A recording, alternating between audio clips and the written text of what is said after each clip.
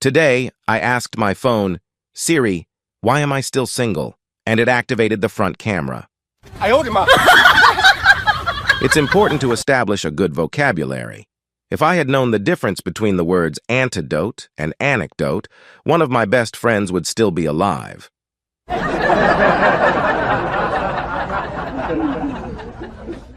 A guy was driving down the street one morning when a cat ran out in front of his car.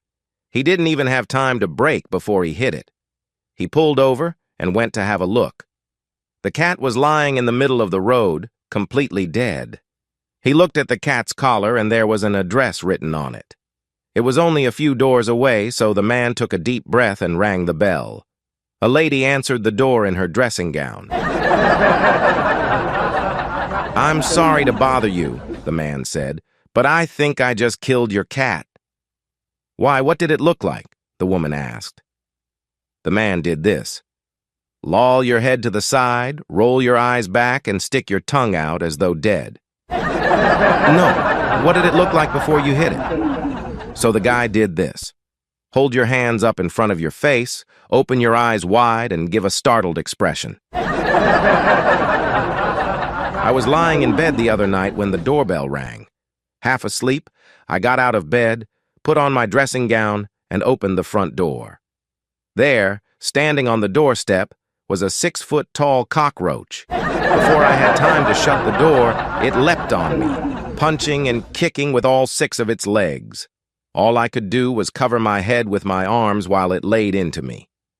After several minutes, it got tired and scuttled away. I closed the door and staggered back to my bed. A few hours later, the doorbell rang again. This time, I was half delirious. Without thinking, I rushed to the door and opened it. The cockroach was back, and all I could do was yelp as it pounced on me and began pummeling me once again. This time, it kept going for a full 10 minutes, and I was so exhausted I couldn't even make it back to my bed. I slept right there on the floor in the hallway. The next day, I was in so much pain I took myself straight to the doctor's. My heart sank as I saw the size of the queue coming out of the surgery door, but I stood at the end of it, patiently waiting. The next moment, the doctor walked out of this office and looked along the queue. When he saw me, he waved and said, "You, come into my office." I followed him and sat down in the patient's chair. "Let me guess," the doctor began. "You were awoken by the doorbell in the middle of the night and a giant cockroach beat you up." "How do you know that?" I asked. "There's a nasty bug going round."